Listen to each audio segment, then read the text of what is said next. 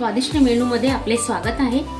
वाफवून भरलेले वांगे कसे करायचे ते बघतोय आपण आज। तर हे बघा, अशा मधून चिरा करायच्या।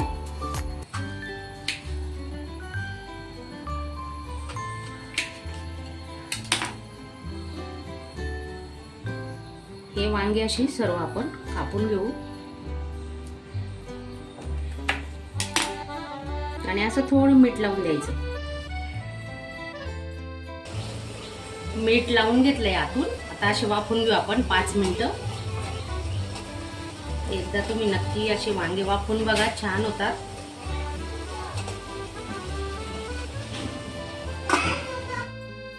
एक वाटी शेंगदाणे आणि अर्धी वाटी तीळ घेतली। आता हे बारीक करून घेऊ। हे बघा, असं एका वेळेस कूट करून ठेवते आणि याच्यातून आपण एकच वाटी वापरणार आहे। लसूण, अद्रक आणि थोडी कोथिंबीर, शेंगदाण्याचं कूट, तीळ आणि शेंगदाणे मिक्स केलेलं आहे। अर्धा चमचा गरम मसाला घरगुती आणि 2 चमचे मिरची पावडर घेतोय।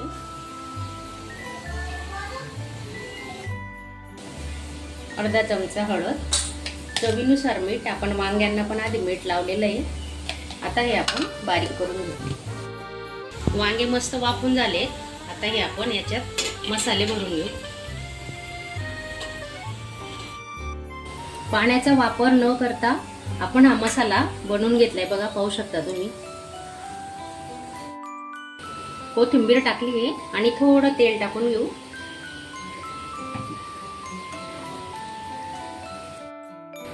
हे बघा, असा मसाला भरून घेऊ आपण आता।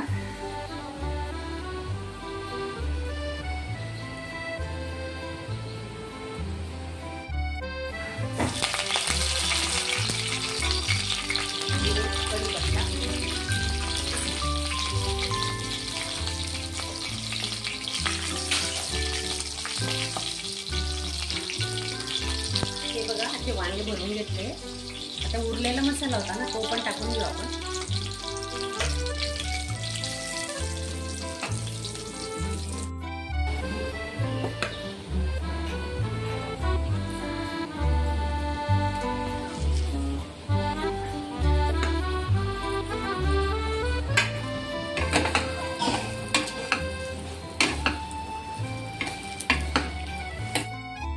गरम पाणी चा वापर करतोय आपण बघा, थोडा अर्धा ग्लास।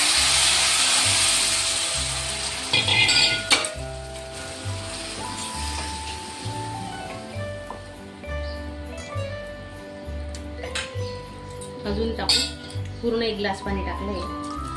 थंड पाणी नाही टाकायचं, भाजीला चव नाही येत मग।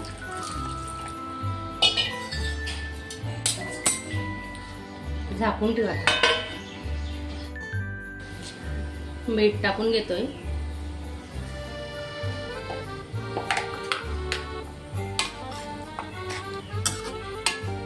तुम्हाला सुकी करायची असेल तर तुम्ही थोडं पाणी कमी वापरा। थोडा रस्सा करायचा आहे मला, म्हणून मी 1 ग्लास पाणी टाकलेलं आहे। आणि तुम्ही नवीन असणार तर चॅनलला सबस्क्राईब करा आणि बाजूचं बेल आयकॉनचं बटन दाबायला विसरू नका। झाकून ठेवू। बघा किती छान मस्त तरण आलेलं आहे, पाहू शकता तुम्ही। तेलाचा वापर तरी थोडा कमीच असतो। तर अशी साधी सोपी भाजी, झटपट होणारी, तुम्ही नक्की करून बघा। कोथिंबीर टाकतोय आणि आपण अजून 5 मिनिटांसाठी झाकून ठेवणार आहेत।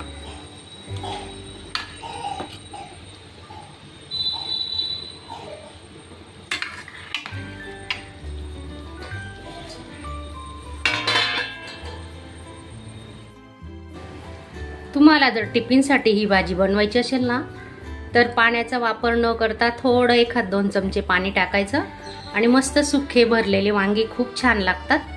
तर तुम्ही एकदा नक्की ट्राय करा।